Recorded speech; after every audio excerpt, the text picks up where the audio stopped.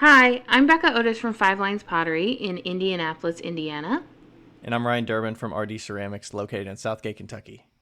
And welcome to Wheel Talk.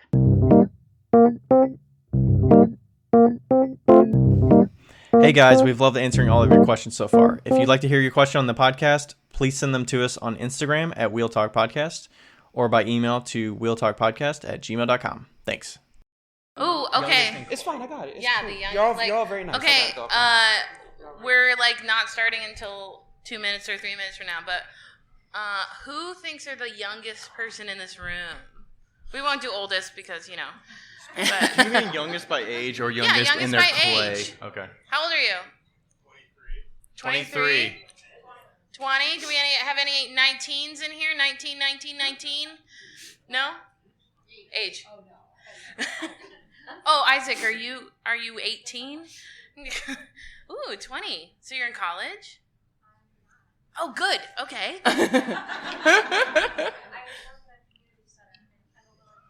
Oh, in Indiana. Awesome. Fantastic. We still have 2 minutes. Should we start? I don't know.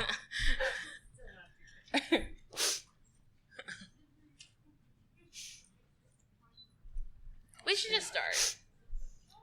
With intros? Yeah, we'll start. Okay. We're going to go ahead and introduce ourselves. You said you want us to wait? Okay. All right. Okay, never mind. And wants to start on the dot. Who traveled the farthest to get here? Okay. California? Yeah. California, we got any Washington people? Jody, where'd you Woo!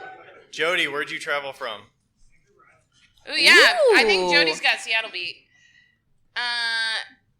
Okay, Anybody so Canadian? further? Canadian? California's not that far. Is that the farthest one, California? Vancouver? He said Vancouver Island, Canada. That's far. Yeah, it's far. I came from California. It's like 4 hours. Puerto Rico. Oh, we've got a Puerto ran Rico here. coming. Okay. Who got very little sleep before they got on their flight to get here? Oh. I know. Okay, who thinks they've been in clay the longest? The longest. How long? Yeah, in clay the longest. Like, when did you start doing clay? Like 23 years? Hell 25 yeah. years? Oh, 35 years. 35. Do we got anybody above 35? 45. Julianne's figuring it. 34, 45. Oh, 45. That's a long time. Okay. 45, I feel like, why are you listening to us talk on podcasts? Yeah, seriously. What do we have the value of to offer? Forgot one announcement I did want to make before we actually get started is that Amico supports a lot of the podcasts that are a part of the Brickyard Network and as well as other people's. And they have kindly given us $150 to give away to you guys. So what you have to do is to put your phone on that QR code on the table on the back, and that'll take you to a website. You'll enter to win, and we'll draw names on 4:30 on Friday. But you don't have to be present to win. So go ahead and sign up, and we'll gladly give you the Amico products. And if you can thank Amico, they do so much for podcasting, ceramic podcasting as a whole. So they have a big booth downstairs. If you want to go and thank them at any point, that would be great. Yeah, and to tag off of that, our sponsor is L&L Kilns, and they're giving a kiln away downstairs. Well, so that is up in the game right there. A whole So sign up for that as well. We're not saying who you need to purchase do both. from. Obviously, you do decide. both. But Both, yeah. or reachable by phone. Yeah, so don't put a spam number on So, there or something. yep. So, anyway, yeah. Sign it. But Okay. I don't want to. Yeah, no, that's obviously. good. No, Amico's You can amazing. enter both. Amico's Yeah. amazing. Sweet. Oh, They're consistent. I'll So say that. there is also swag in the back. Yep. Everything is free except for the payable things, which is the bottle you have to pay for, and the shirt And you the have to pay for. But there's a lot of different Brickyard Network things back there. Stickers with, all the different Pins. podcasts. I don't think we have Wheel Talk stickers back there, but that's okay. I don't think there's Mud Peddlers either. But I left that's them in fine. the car. That's I'm my sure you bad. could find us, and we'll have some stickers later We'll too get to it. tonight. So If we don't leave them in the car. if you don't leave them, I don't know. You've got them, so Yeah. we'll figure it out. Okay. All right. We're ready to start. So we're going to start with introducing ourselves. Short little 30 seconds about where we kind of sit and what we do in clay, and then we're going to go into what we're talking about today. So I'll start. I'm Ryan Durbin. I'm actually just across the river in Kentucky, about 10 minutes away. So it was home game for me today. I do Wheel Talk with Becca, Wheel Talk podcast. So if you're familiar with my voice, this is what I look like. And I've been doing pottery since high school, 2007, and then I started selling in 2016. I do this on the side. I majored in IT field in college, and then I minored in ceramics because I wasn't confident doing the starving artist thing out of college. So I've been in the tech field since I graduated, and I've been selling pottery on the side since 2016. And I share a lot about the business stuff, and I care about that a lot. I would love to do it full-time someday. Don't know when that confidence will be there to make that jump. It's a hard thing to walk away from the salary and all that. But, yeah, that's who I am. Yeah, and don't let him fool you. His side gig is bigger than my full gig. So, so I'm Becca Otis, and like he said, we do Wheel Talk together, and we've been doing it since 2019, August. And I am a full-time potter and have been since 2014. I learned in college. It's a whole story, but I lied to a professor, and it's, I didn't know anything about it. And I technically live in Indianapolis. I live in my van, and I'm traveling around. I've always traveled, and I've lived in various cars. So I finally switched to the full van life recently, and I am traveling and working on mostly jewelry and smaller pots and just the fancy pots that I do. So yeah, that's pretty much me. Mm-hmm. And my name is Lindsey M. Dillon. I am one half of the Mud Peddlers. And I've been working in clay since high school, so 2008, and I've been doing it professionally since 2014. I went full-time right before the pandemic hit, which was an interesting transition. And most of my work is inspired by history, mythology, and geek culture. So most of what I do is both selling online and then going to anime conventions, where I get to be a nerd of both ceramics and anime and all the geeky things. So that is what I love doing. And then Donte and I started the Mud Peddlers, entirely thanks to Donte, because I was like, no, I cannot do podcasts. I am not good enough. I knew it was fire. Yeah. I already knew it. Yeah. So we started in June of 2020, and we share the behind the scenes of ceramics. So everything from the business side to different studio techniques and just kind of how we do what we do. So that's me. And I am Donte of Earth Nation. It's spelled exactly how you think it's spelled. Yeah, it's spelled exactly how you think it's spelled. Earth Nation Ceramics. Long story short, I took a college class after going down a deep, dark path in my life for ceramics. And I'm the kind of person that, something bad happens, I just concentrate on one thing to get distracted. And I got a little too good at it. At some point, the government started taking away funding for the National Foundation for Arts. I didn't like that. I decided I'm just going to supply society with it for free if my government's not going to do it. So I put the lessons on YouTube, and that's why I'm here now. And then the Mud Peddlers, of course. Yeah, because I was like, Lindsey, we got to do it. People are bored, and they're in their house, and they got the clay bug, and they don't know what to do with their lives. And she was like, no. And I was like, do it. And then I did it. And then she did it. And then we did It's it. pretty easy to peer pressure her if you do the voice. Yeah, I feel like it was a point where there was a big boom of all the podcasts coming together. Yep. I mean, Tales of Red Clay has been around forever. Paul's been around forever. There's others those are the main two. It's the millennials who that, are we can do a podcast. And then Brickyard Network, what Ben's been doing is blowing up of just so many different perspectives that people have a passion about sharing. We're not the male centric, the stereotype of dudes with podcasts. We're not that, so you're welcome. We are. Me and Lindsey are. Yeah. Oh, Lindsey, yeah, definitely. Yeah, certainly. For sure. Just get on the mic. What about dudes?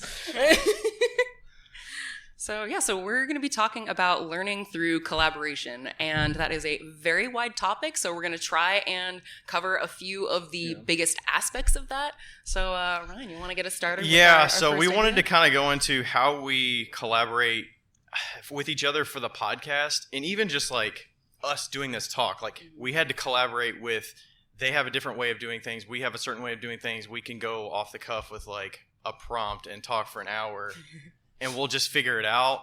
or, there's different perspectives of what we want to get out of it. So Beck and I have to collaborate a certain way for the podcast. You all have to collaborate a certain way. Do you want to talk about how you all go about coming up with what you think is worth talking about, or who you want to get on, and how you go about doing that with Donte? Yeah, and sure. we can kind of share some of that stuff. Well, from my perspective, as someone who bullet journals avidly, I'm definitely the part of the partnership that is like, Donte, we have to plan out the episode beforehand, and I'm going to sit down and make a list of all the topics we're going to cover. I'll do none of that. Yeah. And admittedly, I was definitely more strict with that when we started the podcast, and then the more that we, the more episodes we did, the more we kind of influenced each other. And definitely one of the things that I've taken from Donte is that definitely more flexibility. Because when I first started the podcast, one of my biggest concerns was like, oh my gosh, who's going to be listening to this? Is it going to be a gallery director? Is it going to be a fellow nerd who I would talk to at a ceramics or at an anime convention? So that branding aspect was really nerve-wracking for me because we have very different styles of communicating, and I was nervous about how that would play with a potential audience. So in some ways I have definitely adapted, and I think again we've influenced each other, but how, at least from my perspective, how we plan going about episodes is that usually sometimes a couple days, sometimes if we're interviewing someone, we'll do a couple several weeks before we record the podcast. We'll just kind of talk about okay, what do we want to cover? And then usually the day of recording, we'll sit down for a few minutes, and if I haven't already come up with notes, we'll just kind of briefly go over some of the main points that we want to hit. And then it's usually how I kind of imagine it is I tend to be the one to be here's the path we're on. These are the points we're going to hit. Wait, Donte, rein it in, Donte. But then also it would be really boring if I was just up there talking by myself. That has the character to it, right? Yeah, as well, absolutely. You kind of need that balance of somebody that can bring that comedic relief, like Becca's comedic relief of us. And she's Yeah. But she has some great information as well because she's gone through so many decisions, and she'll just jump into something and try it, and then she'll be okay, maybe that wasn't something don't that think I I thought know through, anything. but it's you kind of need some of that balance as well. It's the presentation. People are you present in a strange way. You must not know anything. But realistically, I know a lot of things. Yeah. I know a deep amount of glaze chemistry at this point that I could talk your ears off about, right? But at the same time, it's my collaboration with Lindsey is more, she gives a path, and then I go, it'd be more interesting if we checked out that river over there. And she goes, that's not part of the path. And I go, yeah, but people like rivers. Right? And then she's like, yeah. Or, if one of us has kind of a brain stump, one of us is lacking energy that day, she'll be like, I'm lacking energy. And I'll go, okay, well, give me a second. And I'll sit in the corner for 10 minutes and do one of those, just let me think. And then I'll throw her an idea. She'll write down the idea. She'll siphon it and kind of put it through a crucible of ideas. And it comes out this better version of itself.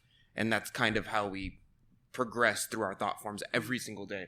And realistically speaking, we generally have an idea. Don't talk for 4 days. And then the day before, I'm like, damn, which one of these 4 topics did you want to do? And she's like, I know more about that one than this one. And I go, I know a lot about this. I could talk your ear about this one. Yeah. She goes, okay, let's compromise and let's see how much we know. And then that's how we set that path. Yeah. And for us, we do it kind of spur of the moment a lot of times if we're talking just the two of us together.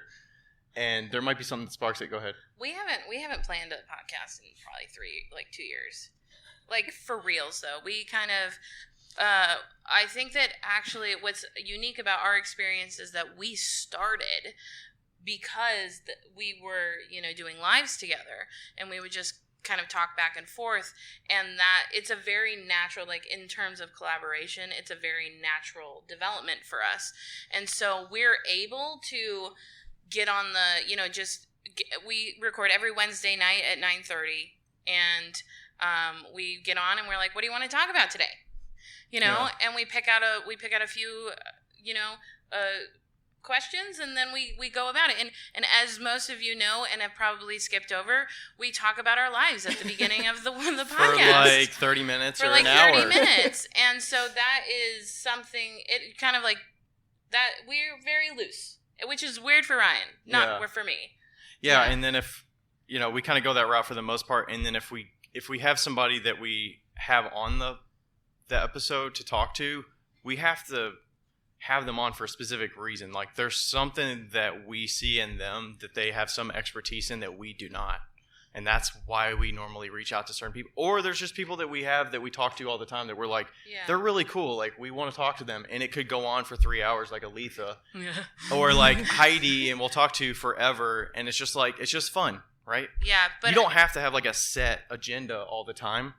And some of that naturally comes about. And then you get gems from those conversations. Yeah. I was talking to somebody yesterday about collaboration because I've actually been struggling with this topic because the word isn't really registering in my mind. And he was like, well, I think collaboration kind of like comes with a goal. You know, like it comes with an end goal almost. You know, you can have community and you can be working with somebody together, but if you're not like going towards the same product at the end, it might not be considered collaboration because you're just talking to somebody, you know. So, and we all of us have the same goal in mind, very like depending on what we're doing. So yeah, and that kind of ties into the next part about community, where we try to get a bunch of listener questions because we can't think of we could come up with a topic that we think is relative and would make sense for a lot of people that could have questions, but if you just put it out to the audience and say, hey, what questions do you have? And then we can parse through all of them. I mean, we've probably answered like 300 questions since we started. And one question could be 2 hours of a discussion because it's a really heavy topic that has a lot of different parts. And like, I naturally think through all the different parts and then I'll bounce it off Becca. Like, what do you think? Because our brains work differently of how we would parse through something or approach a problem or a question, and getting that feedback of somebody else, and then you also get some like, oh, I listened to that episode, I really loved that thing that you all talked about. So that's part of the community aspect of actually reaching out, getting something, and then at least here too, you get feedback. You actually get one-on-one with people, and you see like what value they've gotten out of it. What do you like most about listening? Like, who do you enjoy us talking to? So that's kind of how we build community in. Naturally, even though it's just Becca and I talking. Whereas like if we were talking in person with somebody about these questions, like I probably would be more reserved, but like that I'm with Becca, like she like balances it out and like we can have fun with it more. Yeah, realistically Lindsey said this many times, it feels like screaming into the void sometimes because we're in like a shack essentially recording this podcast. Don't hate on my studio. It's a nice garage. I live in a shack too, but I'm not going to call it a mansion. We're just in this place recording this thing and we're just doing it and we put it out and we barely check the numbers, right? But then like you are in this room. So evidently somebody is listening. And just on a macrocosm, part of our idea of community is to give you a piece of information that would help you along your ceramic art or artistic journey. It's not just to have fun as much as I would like that. So Lindsey's often like, I want to get, like, she'll turn off the mic and be like, I want to give them something they could use. And she cuts it out and I'm like, oh, okay, we should probably actually get back on subject instead of talking about anime. Yeah. I like having that, a little bit of that goal because, again, like, part of the reason that we started the podcast was because we were just getting together and like hanging out and drinking boba and shooting the shit. And then that's why Donte was eventually like, hey, we should do this like on a greater level. But I think one of the things that you guys do really well, which is like something I really admire about what you two do, is that, again, your community involvement is amazing. And I think that's one of the things that can sometimes go unacknowledged about creating community, is that it takes a lot of work. Like everything that y'all do for Pot Swap like takes a lot. And I know that's one of the areas that, like, for me, I really struggle with the Mud Peddlers, because it's like, I already have a hard enough time with social media because I'm a terrible millennial and I get overwhelmed with things really easily. So like the fact that you guys find a way to navigate that and then do so much to create community beyond just the podcast itself, which I think is really cool. Yeah, and that kind of naturally came about. I don't know when we started or why we started it, but I think we just literally were like, we should do a Secret Santa. Yeah, Secret Santa for Potters, and it was like, we'll do it. We'll have people sign up, or the initial sign up was DM us your information, and then we'll put it in a spreadsheet.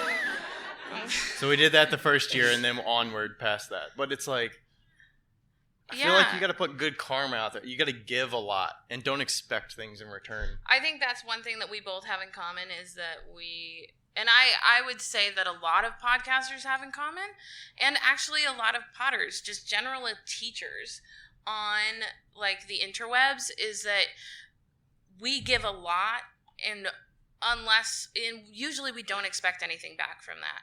And I think that a lot of the passion that comes from pottery is sharing your work and sharing with the community around you.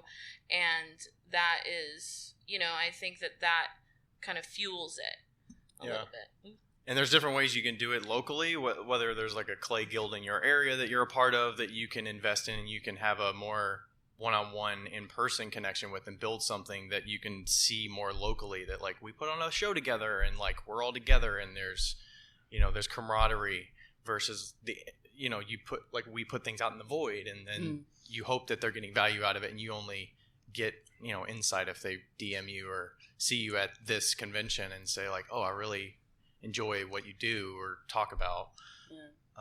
I think the one-on-one connections for me have always resonated a lot in terms of that, creating that sense of community, and just I didn't think about it from that approach. Like, it wasn't like I got together with my ceramics friends and was like, I would like a community.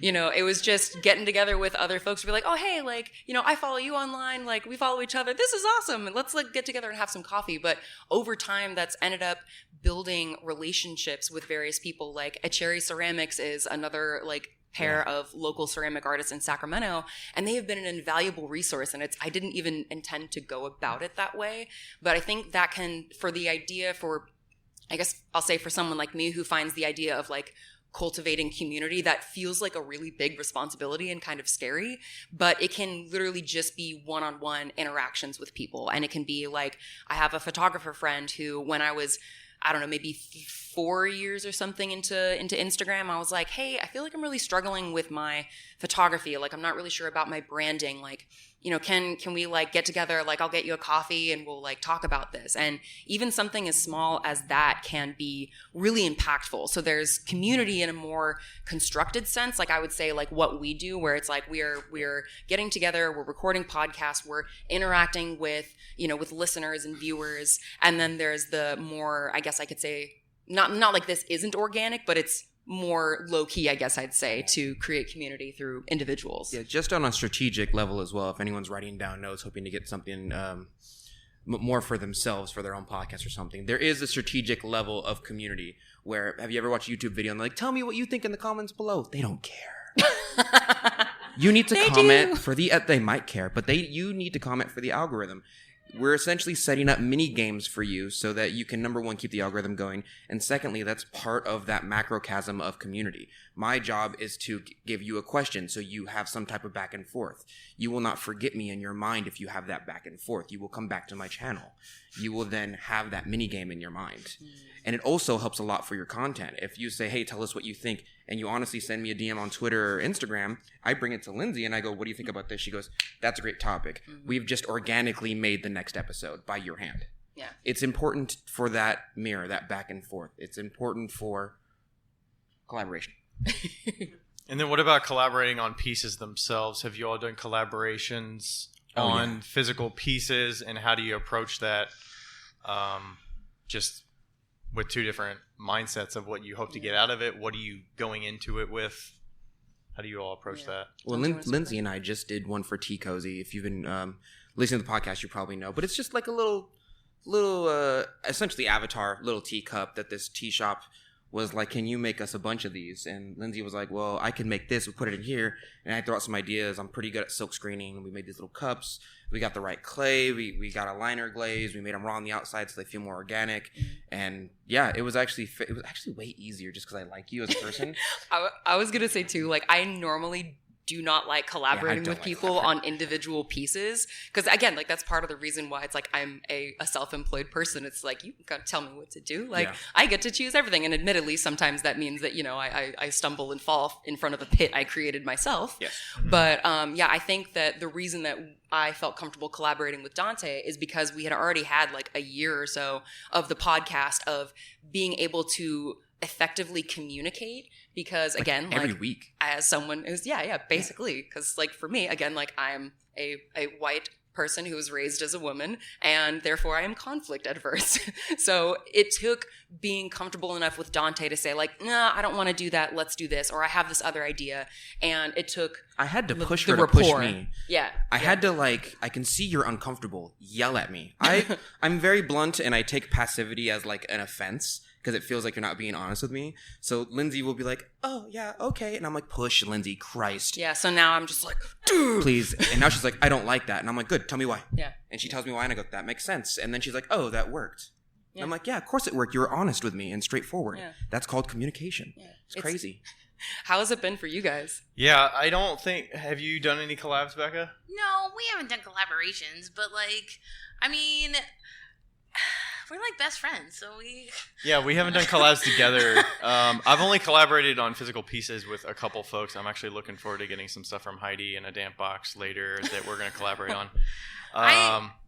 Yeah, I think it's not as much for me about like the actual pots as much it is like the value that I've gotten from Ryan being my friend over the years and having somebody that I can go to and say, I don't know what to do. and he's like, I got you, you know, like, and or he talks through things and I'm like, no, that's not what I mean. And then he says it again. I'm like, no. And we kind of like get to it. I mean, we talk on a date, like almost a daily basis, and off the podcast, like I call him when I'm driving, you know. And so like I think that that's the biggest thing as far as collaboration is concerned, is that my business and my craft wouldn't be the same had it not been for this lovely individual. Stop. I'm curious, have any of you guys had, you know, Donte as well, like maybe share an experience of where collaboration was difficult and how you like worked through the challenges that came with collaboration? I'm thinking of like a takeaway for you guys. Oh my feel god! like- Oh yeah. I feel like it's like commission order stuff. Yeah, it's always commissions. Yeah, it's Or always wholesale commissions. Yeah, I think it's getting confident in like what is within your skill set, what is unknown, and putting in value to that unknown, and like drawing a line.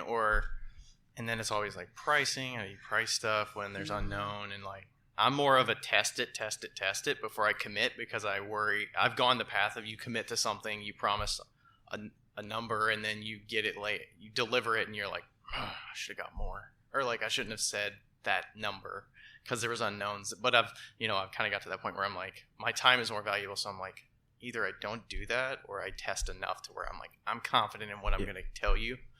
Yeah. My very first order from somebody I didn't know over the interwebs was a disaster. It was a disaster. They wanted a handle that was sideways instead of up and down. That just didn't work like with gravity. And I actually ended up having to fire that customer. And that is a very good example of collaboration that didn't work. How did it get to that point where you're like, we're done? I was at a community studio at the time, and I was like going around, I was like, ah! And I was talking to my teacher, and he was like, I think you're done. He was like, I think you need to drop this lady. And I was like, I think you're right. So, yeah. But on a good note, I mean, I've, like, Isaac, who's actually in here, I went to his house last year and threw 1,000 mugs for him. And that's like a business transaction collaboration situation where, like, I lived with him for a week or 2 weeks and we did stuff. Like, I made mugs and he did handles and stuff like that. And that would have only happened had, like, through through Instagram, right? and through social media and through connection and through like all of this community. So yeah, and some of it's like you feel like you're intruding in people's time too on social, that you feel like you're taking time away from them because you're DMing them. Oh, I'm giving them so much work to do, or like, you know, how many DMs are they responding to? But you know, I'll write somebody and I'm like, oh, I'm not as surprised as some people reply back, because I'm like, okay, well, we've had some give and take. So that's a ongoing collaboration. Or like a lot of times I'll just audio message people, because that's like, I can talk to somebody for 10 minutes of a conversation. Like I basically could have called them on the phone and talked to them for 10 minutes, but I like do it through audio and you can actually bounce ideas back and forth. So as long as you're not approaching it as like, I'm just trying to take information and like get the things out of you that you're an expert in, and you're actually doing it as a way like you're like showing interest in something that they provide value on, and then you're like, how do you relate it back to you, and like how do you, it's like a natural of like bouncing ideas off of, and you kind of need some of that. And there's probably people in the room that you've shared ideas with here that you've got way more value out of than just texting them through DMs online.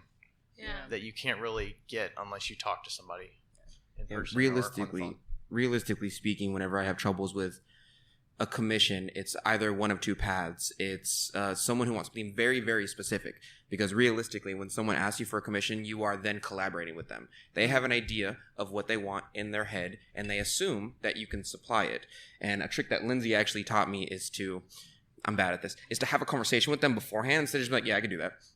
Right? So she's like, well, let's see what you want. And then you had a line that said, I have a list of questions to ask a potential client. Because she said, what's the thing you say? Let's see if I'm the right person for you. Yeah. Is the thing she says. And I was like, oh, that's dirty. I like that. That's like saying I might not be the one for you, which is essentially like breaking up with someone. You know, it's you're rejecting them in the nicest way possible. Do you send those questions one at a time so that you're getting like a trickle of answers, or do you just send them a questionnaire? Because you're pretending to have a conversation, giving them homework. I basically send them a questionnaire because I think that what can happen sometimes is that information can get lost, and I like having everything right there. And also, I've had a few folks sometimes like reach out. Oh, we got a lost bottle cap. It is found. We have. I think it's. How do I say? I've had folks sometimes reach out and kind of flippantly ask if I can do something.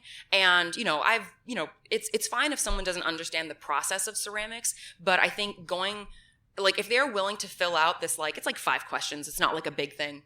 But if they're willing to take the time to fill out these questions, then it kind of shows that, okay, they're willing to put in a bit of time. So they're not just like, hey, I need you to bang out these cups real quick. Yeah. Questions. Yeah. And usually... Oh, go on. Oh, I was gonna say, usually what I end up asking after my intro line of like, oh, thank you so much for your interest in my work. I'd love to hear more of what you have in mind, just to make sure we're on the same page and that I'm the right person for this project for you. Here's some questions that would be helpful for me to have the information for from. both of us. That's basically what I say. Yeah, and I will usually ask. How many pieces, generally speaking, what do you have in mind? So that's kind of like a broad thing. I'll ask, do you have a timeline in which you need them finished? Because sometimes people are like, next week, and I'm like, ooh. Deal breaker. You're not getting it next week, dog. It's not going to work. It's not happening. Yeah. So I'll ask that. I'll ask, what is your budget? Because again, sometimes folks don't realize how much time and again, like for someone who, since I've been doing this for a while, I can charge more than someone who may be just starting out. So, and then if there's those are, I guess, basically the 3 main questions that I start out with. And then that immediately gives me some information of like, okay, is this going to work or is this not going to work? And before both you and the potential client spend a lot of time going back and forth, you get that information real quick. And then another thing I'm usually a huge fan of is if I'm either not interested in that project or because of various situations, I'm just not available for it. I usually like recommending 2 to 3 different artists who might be available for that interest, because that's also another way to create community. And again, since particularly with ceramics, it tends to be a fairly white dominated space. I like being able to suggest other artists who, represent different identities than what I have myself. So. Yeah. And just to go back to the commission-y part, there's generally going to be someone who you're trying to collaborate with who has a very specific idea in their head, and you have to know when to just say no. I remember one specific customer 8 years ago who wanted a specific blue from the 1920s. You know those old refrigerators in video games? They're always this weird seafoam blue that are made with lead. She really, really wanted that color, and I contacted a company that had the old recipe, and I got it. I spent $200 getting this glaze for these 2 foot, for these 2 foot tall vases that she wanted, and she paid me $60. Oh, my dude. I didn't know at the time, and at the time I thought I was lucky to get any amount of work. So someone said, I want your work. It was when I first started Instagram, and I said, yeah, of course. And then I said yes, not going through Lindsey's method, because I'm dumb. And by the time I went through all of the work, and that $200 wasn't paid for my time. It was just me saying yes to something and then going, wow, you really wanted something extra specific. On another note, my favorite commissions are the ones who are like, I want something from you. And I say, okay, I go through the conversation and I get the vibe. And usually my favorite sentence is, I don't care how long it takes. I just want you to experiment and give me the best version of whatever. That makes me so happy because I get like a month of experimentation. And if they give me money, that's chemicals right there. Buy a new porcelain, XYZ. And they get the best thing that I can offer. And the cool thing is that I think it's the best product for them. Because I've looked through I've stalked them a bit, and I've thought, okay, they like this, they like this, they like this. It gives me freedom to express myself specifically for them. But if you want a mug with your dog prints on it, then I'll go buy a stamp and give you a liner glaze. And you will go do that? I'll do that you don't for know you. Another art? I'm going to charge you a lot because it's ticky-tacky, but I'll do it. Yeah. Nice. Yeah, that gets pretty deep of how many, like you want to be flexible to them when you're early on because you're like, I don't have another sale waiting that I can choose between. So it's like, do I trust that I make a bunch of shit and then I go to a show and hope that people buy it, or do I go for this person that's putting money out? It's like, and then what is that value of something that I gotta make? Like, my dad will ask me to make a bird bath or something. I'm like, I don't fucking make bird baths, dude. Like, go buy one at Lowe's for like $30. My mom asked me to make a 22-ounce mug, and I was like, no. And so I asked my friend. I bought it from my right friend down the instead street. and just gave You're it like- to her. You're like, She hey, loves it. Ashley, do you have a No, mug she that's won't. this big? Yeah, she won't ever buy another mug for me. She doesn't want my pottery. She's committed Support to your my friends, friend. yeah. She's committed. The parents are deep, man. The parents, my mom comes in. She's like, I love this blue. And I was like, yeah. She's like, I know you know how to develop glazes. Why don't you make it anymore? And I'm like, I'm done with that. I'm on to another blue. And she's like, are you done with it? I'll make you one in blue, mother. Thank you. And then she steals a piece from the pile of stuff I don't like and runs away. The parents are deep, and they're. You could also say no and then be like, I go can't buy say no. Heidi's She's stuff, stronger than and me. they'll build their own collection of work of other people's work, and then they get friends with them, and then you don't even know that they're friends, and you're like, okay. Which, as we know, Ryan's mom has done. So, yeah. Yes. We love her. Yeah. We love you, Deech. I can't say no to my mom. I'm the smallest one of my family, and she's stronger than me. I'm 230. I'm the smallest one. Oh my god. Yeah, I think I once had, speaking of, I don't make XYZ, I once had someone approach me at Fanime down in San Jose. It's a big anime convention.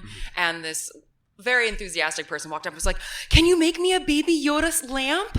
And I'm like, okay, first of all, you probably don't know that would cost you like hundreds of dollars. But I was like, I don't want to make you feel bad. Because again, like, people who everyone in this room, we know the ceramic things. Most of the public is not going to know that, and I don't think we should make them feel bad or expect that they should know that. So I was like, well, that could be a really interesting project. Why don't you send me a message after the convention and we can talk about it further online? And she never messaged me, so I'm like, Yeah. So So I saw a Baby Yoda at the table before and was like, I need a lamp. Yeah. But I love Baby Yoda. Yeah. Can you I do mean, that? admittedly, depending if Guillermo del Toro, because he is one of the holy trinity of my artistic inspirations, I'd make anything for that man. If he wanted a 6-foot tall Baby Yoda, I would figure out how to get it done. But that's another thing with collaborations. I definitely, there are folks that I will make room for in my practice. Again, Tea Cozy. Yeah. Because I bought tea for them, ever since I was, in high school or something like that. So when I got the opportunity to work with them, I was like, you know what?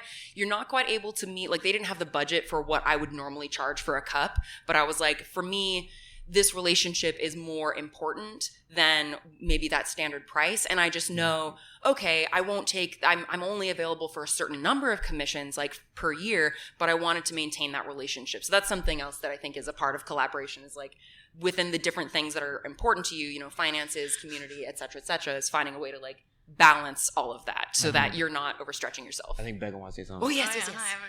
I also as you said that, I was thinking about my best friend and Ryan's my best friend, but he's my Kentucky She's got best friend. 4 best friends. I have best friends It just says best based friend. on states. Okay, so my Washington best friend is Andrew, and he's 24. He's young, but smarter than all of us. And We collaborated on a piece. Ironically, he went through a stage of getting mugs from China, and I designed the mug. I designed the like 4 different believer logos, like Yeti, unicorns, mermaids, and like aliens, and it was like I believe. And it's to this day, if you search my name on the Google, his mugs come up instead of me. But I think it's really important to include not only the people that are in this base community, but also the people that are completely out of it. You know, like Andrew, he now he does stationary stuff, and he's doing really well. And we talk all the time, and through his different perspective, I have grown, and through my in my perspective, he has grown.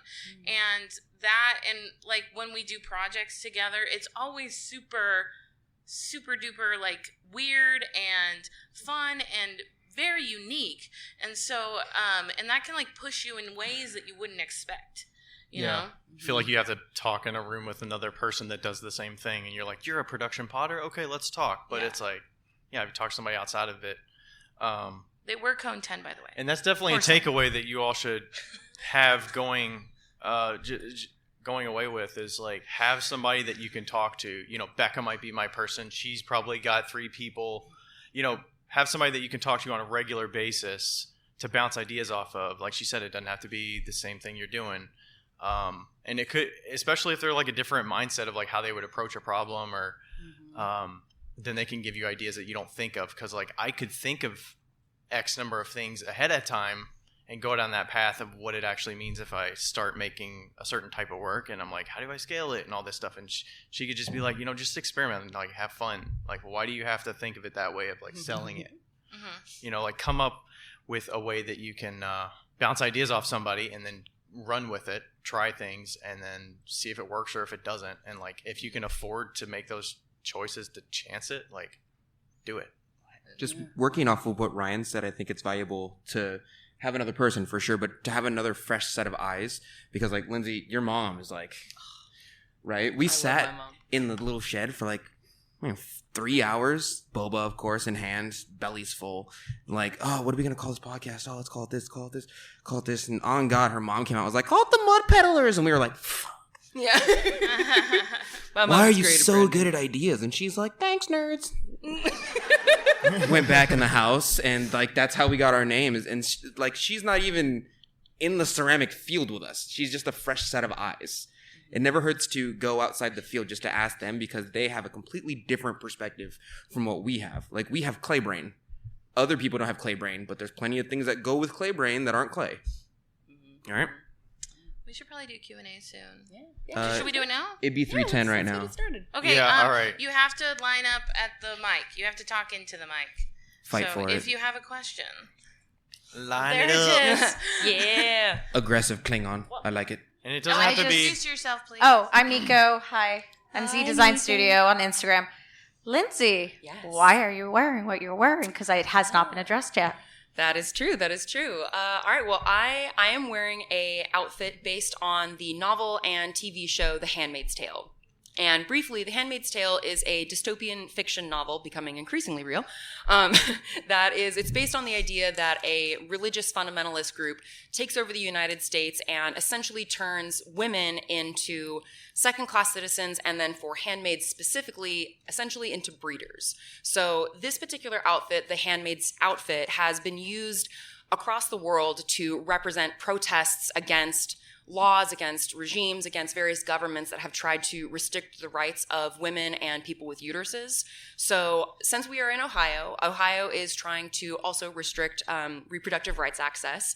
And as someone for whom reproductive rights has always been very important to me, I wanted to bring this outfit. And I made it all, and I was basically like, okay, it's NCECA. For the most part, folks are probably going to be, even if they disagree, they're probably going to be nice about it. And everyone's been very, very kind. But I thought, when we travel, we don't always think about where we're going and what it means to travel into that state. And for me, as someone who's raised as a woman, I use she and they pronouns. But it was definitely on my mind that I was like, wow, if I lived in this state where NCECA is happening, my rights would be severely curtailed. And so it's just something that I wanted to bring awareness to, no matter where you are on the perspective of reproductive rights. But that's why I'm here. So thank you for that question. I appreciate that. Now clap. No. Oh my gosh. What do you say? Thank you. That wasn't hard, was it? Oh my All right, gosh, Donte. next question. I'm Tamara. I am Sunrise Pottery. I have a question. So, when do you go from like a hobbyist to a production potter? Like, I don't know. Ooh. Am I a When you run out of production room I would say That is and you have to sell stuff. I'm not Okay, really. okay. I'm- Like, how do you labeling yourself as a hobbyist Yeah, versus like- I a don't think- professional because some people potter? are I like guess, or professional potter. I would say production potter's like. But people are like, oh, a production potter. I don't want to be a production. Oh, I'm like, I don't production know. potter. I want to be a The potter. titles like, are neither here nor there. Yeah. Yeah. Lindsay had to look me in the eye and say, "We're professionals." And for like 3 months, I was like, "No, ooh woo." She's like, "We're professionals," and I was like, "Okay, we're professionals now." yeah. Like the titles don't matter. Yeah. I don't. Yes, the titles do not matter, but I will say that like there is a certain point where when I worked at Starbucks in high school, and they were like, "There's gonna be a day that it just clicks." Like all of it just clicks for you, and sure as shit, that day came, and I was like, "Holy crap! I know exactly how to make that, and everything is right." Now that doesn't mean you don't have like, You're not a robot. yeah, you're not a robot, but like when people Yeah. say production potter, like I'm an actual production potter where I make like 100+ pieces a day, right? Like I mean, not right now, but like that's my job,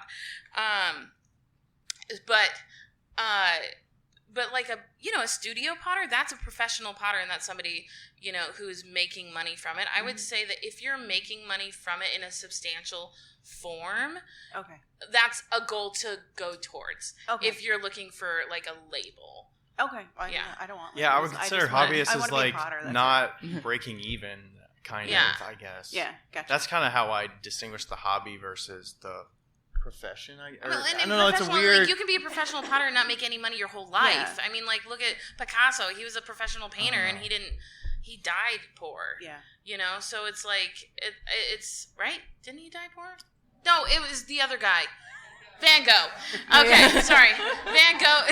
Thank you. I never studied art. I don't know. Like he died poor, right? So like most painters die poor, but like I don't know. It's something inside of you that's like, oh yeah, I've hit it.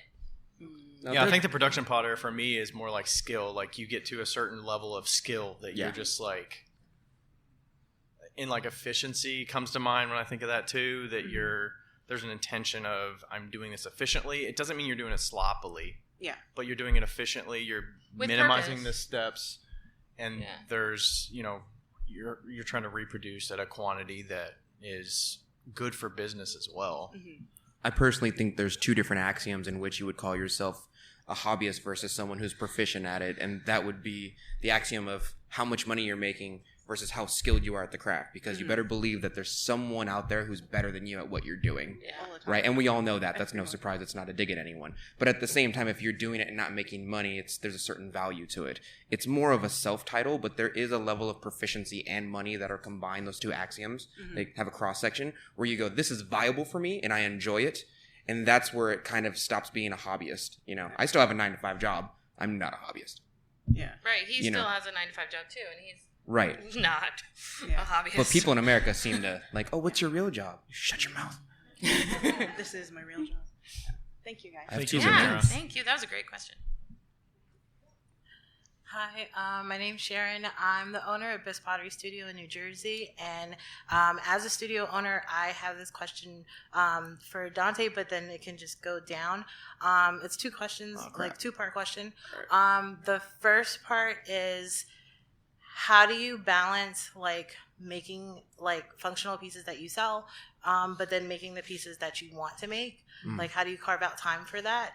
And does your collaboration with Lindsey or collaboration with anybody else like get you to like give you that push more to like make stuff that you really want to make versus like just the functional?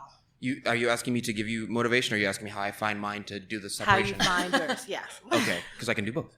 No, I'm sorry. Realistically speaking, I kind of like, it's my dirty little secret that I keep my really nice art pieces to myself, just as a sneak peek. I'm planning a whole season where I make like the really nice stuff.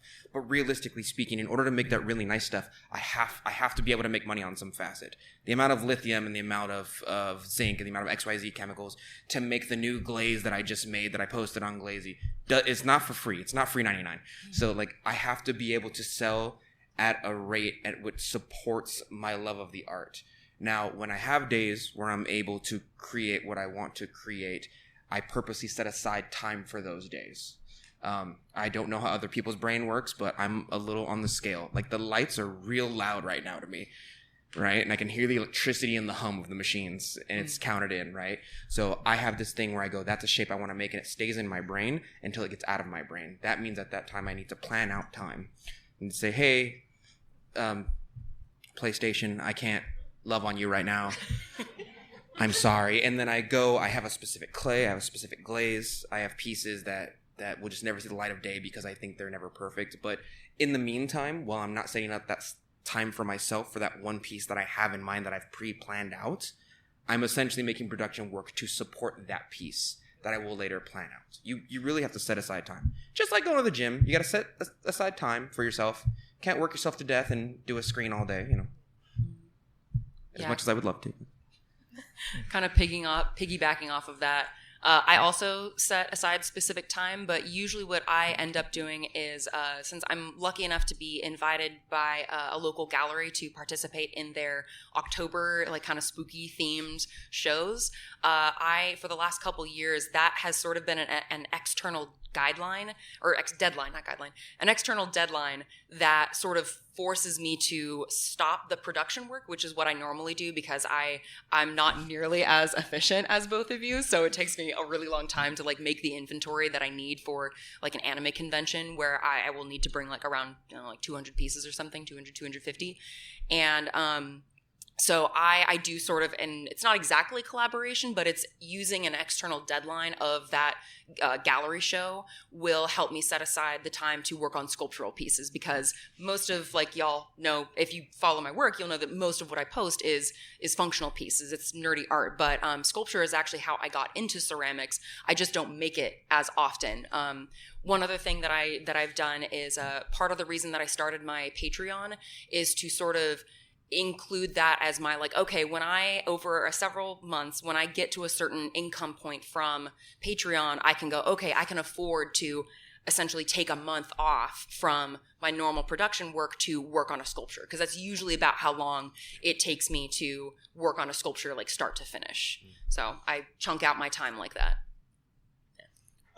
For me, I don't rely on the income for anything that I need, so I just make what I like making. I make volume. I like making volume in the studio, so throwing a lot on the studio. Like, I'll crank out 30 spoon rests and really enjoy it.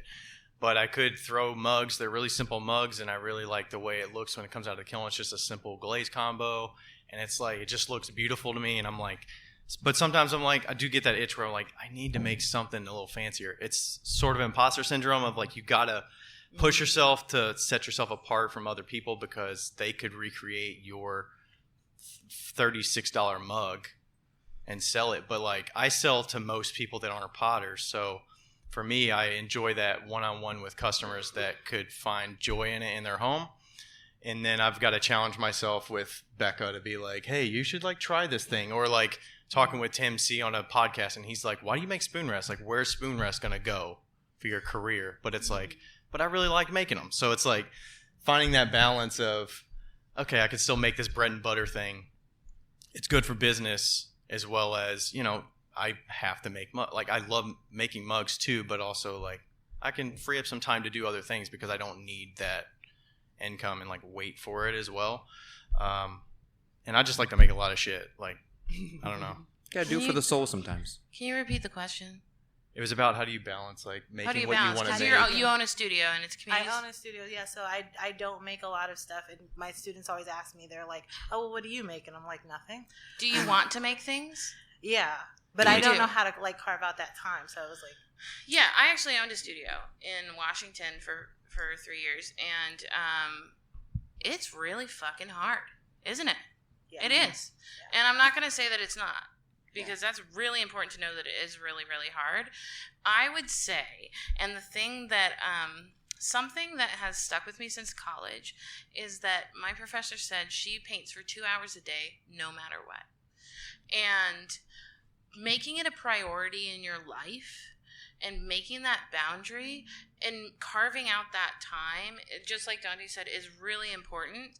And as somebody who's owned a studio and somebody who's burned out from the studio, it's really important to have those boundaries and do something that you actually like, because especially clay people, we are introverts naturally, typically, and we are starting these community studios that have everybody in them.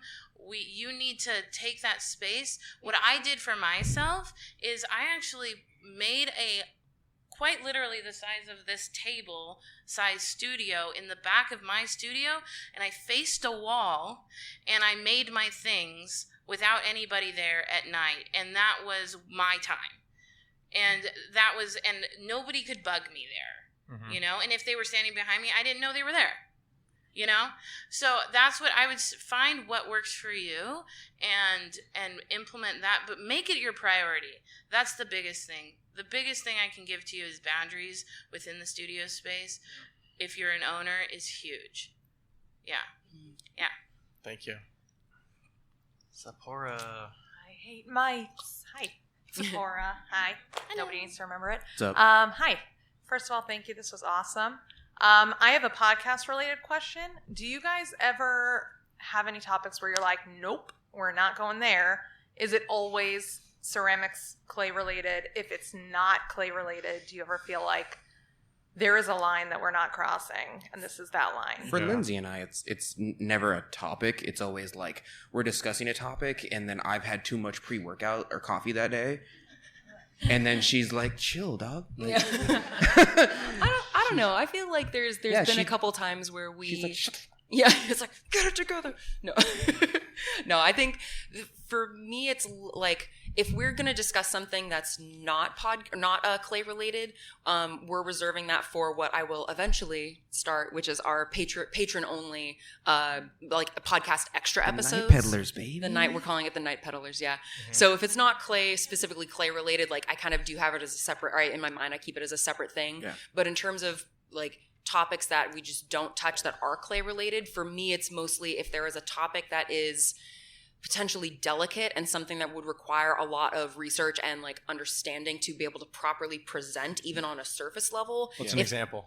Oh, an example I would say is like the we talk about it beforehand, and then she's like, "This is the way we're going to talk about it," and then I go, "Yes or no," and we do, you know. Yeah, but this isn't like my outfit isn't clay related. In terms What's of a clay related topic, yeah. Clay related topic, I would probably say like the history of porcelain and how it relates to like white supremacy in ceramics. Oh, yeah. Like that's something that I know just enough to be like, oh man, right, there's this whole history that I barely understand that influences this medium that I'm a part of, but I don't feel comfortable enough to talk about that on the podcast. First of all, because like I'm white, like Donte is, I don't know. I'm creamer, like yeah.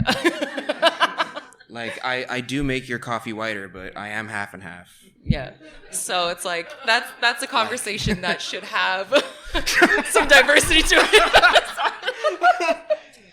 That's what they called me in high school. I'm sorry. Oh my god. She's gonna give you a hug. Oh my god, that's beautiful. I would say for us, the more I listen to like For Flux's Sake, I'm like, ooh, some of those chemistry ones, like I feel like I don't want to give advice. Like I'll definitely call out like For Flux's Sake and be like, they know way more than we do about chemistry. Like, yeah, we're not gonna answer that stuff. We definitely said that like the last time. We were like, if you want to really talk about chemistry, don't listen to us. Like, but yeah, we're very open about like, I'll just hop on. I mean, if you listened, I'll just hop onto Google while we're like literally recording. In the moment, like, oh, like who did this? And I'll like Google it, and we'll find out together. Yeah. You know. Other than that, I mean, I would say like we generally don't do anything political or anything that's like gonna divide people or try to like put our foot in the sand and like. I would say we stay away from that. Like a lot of it, like I don't have my opinions formulated. Like I'm still thinking through things. Like I could see things on one side and then go through the other side and like balance back of like different ideas, but like I don't think that's something that we bring value on. So like I don't want to speak to that stuff. And we personally. kind of like discussed it earlier. It's like we want to be a light in a world that is dark. You know, in a sense, like we know that we could talk about things, but also we know that people need to escape from things and listen to something that might just be funny, or it might just be about what they want to listen to. And we might not be the best people to bring those other items to the table. And if that time comes, But yeah, that's where we're at. It's never felt like you had any sort of responsibility as somebody who has a platform or a listening base to. I would no say it's up opinions to on this. I'm just what you want to curious. do. Yeah. What was like, that? I would say it's up to what you want to do, like whether you feel like that's your call. If you feel called to Well, I'm have asking, to do I'm that, asking yeah. you. I would say like I personally feel like I would like to speak on the ceramics and the business because like that's what I'm knowledgeable in. Like that's what I can provide value to because I have my own experiences. Becca has her own experiences. Like we can share from that perspective, but. And our personal, or we can have a person on that could relate to like having a family Right. and doing pottery. Like Right. we don't I know know about what that's that. like. We Yeah. can't I'm speak kidding, to I have that. 4 So kids, we'll yeah. have somebody that we talk to about that, and that's what we look out for when we have some topic that we're like we can talk about how you get back into the studio after a year after having a kid, but like. I mean, how much value are we going to provide on that topic? To your point, I do think it's valuable to temper yourself when you have some type of platform. We all know Kanye, but right. We have personal platforms too. Like all of us have a personally large platform, and I think that we can address those also individually too. Thank you. Thank you. Thank you, Sephora. Hello. Hi. Oh, this will be the last question. By the 2 way. minutes. Okay. You're it. Chrissy Mitchell, Cat and Owl Creations, Seattle, Washington. Aside from things that you guys sell, like your best sellers, what are your favorite forms or sculptures that you like to make? Ooh, Donte. You're not gonna like it. I love double hump Japanese gourds. It took me a year to learn how to do them without making them a composite piece like many people do. I now throw them in a cylinder, a hump, a waist, a hump, a waist, a mouthpiece. And they are my favorite shape for a very obvious reason. If you'd like me to. I think he has to now. It's a tiny bit.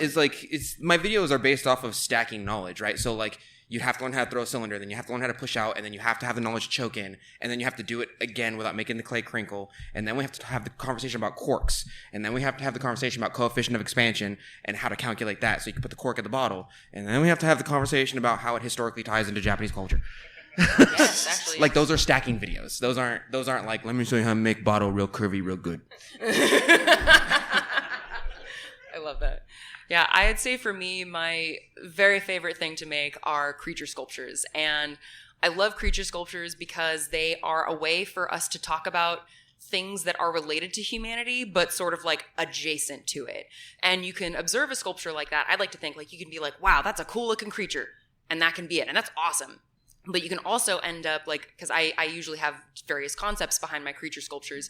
It can also be a way to talk about something like I made a sculpture for someone who has this sculpture in the audience. They have the sculpture, but it was a piece that had to do with death and how we honor the people who have passed. And you can do that through creature sculptures without explicitly being like, I'm talking about death, you know. And I love being able to do that through creature sculptures. So that's me. I don't know. I feel like I like to throw a lot of shot glasses. I don't know. For Ryan, it's all about the process. Like I feel like it's just like the amount. Like if I get studio time and get like goal-oriented. 5 or He's 6 so hours, efficient like when I watch his stuff. I don't know. I just like a big block of time in the studio and I can just crank out a lot of stuff. That's so. right, yeah. You're stupid efficient. Like I don't know. I watch your stuff and I'm like, that's like 200 pieces behind him. And he's like, hey guys, I've been here for 5 minutes. And I'm like, and I have a whole day to make 20 mugs that I've like painstakingly drawn out, you know? I would say probably the same, but also I've been really enjoying kind of slowing down and doing like jewelry right now. It's small. I've always loved small things. It's small. But more than that, the audience that it brings to it, like women, when they pick up something, they're like, wow. And like they do that with cups, but it's not the same. It is not the same. They're like, I'm going to put these in my ears and wear them, And so I think that's what, it's more the reaction that brings me the joy. And I love wearing, clearly, I love wearing earrings. So that's like something that I really enjoy about that. So. Yeah, I like the in-person shows much more. Oh, yeah. I like the one-on-one and seeing the reaction. Mm-hmm. Even if it's like, I'm going to pick out my favorite mug. Or like, yeah. It seems kind of simple, but yeah. I do that too. I totally put it's mugs on my so face. weird. It's so weird. You guys do that too? I pick up a mug and I can't do it here at NCECA because I got to be sort of. Well, now like, they know. What? No, why? I'm going to go into the cup room and touch all the cups and put them on my face. I'm like, Lindsey, I developed a new red. She's like, oh, and I'm like, don't put it on your face. She's like, but I want to, and I'm like, it just came out the kiln. Yeah, so warm and cozy. You're better than me. I lick things to make sure they're vitrified. So. Yes. Anyway, we are done. Yes. We're done. But also, like we said, podcast meetup tonight at Rhine Guys Brewery from 7 to 10. There's also the Imposter show from 6 to 10 at 6 same to 10. place. Buy lots of beer. Come prepared with your wallets and your minds. And Becca's earrings will transport. They will fit in your suitcase. Yes, I will be selling things. So. Not with imposters. I will just have a Rubbermaid. Yeah. I know at least Donte and I are also going to just be like hanging around like outside for a bit if y'all have any other questions that you didn't get to. Like we're going to be here for a bit. If you want to hang out with us for a good 20 minutes, we'll be outside. I'll have the recorder, ask any questions. Yeah. All right. Cool. Thank you so much. Thank thanks, you guys. all. Appreciate it.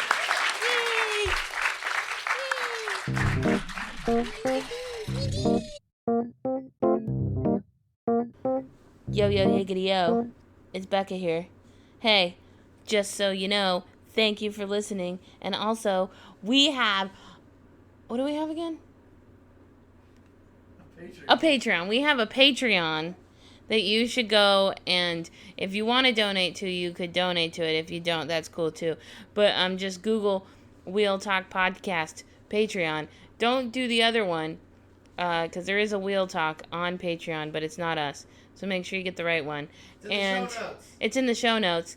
And also, leave us a review because they're fun to read. Okay, bye.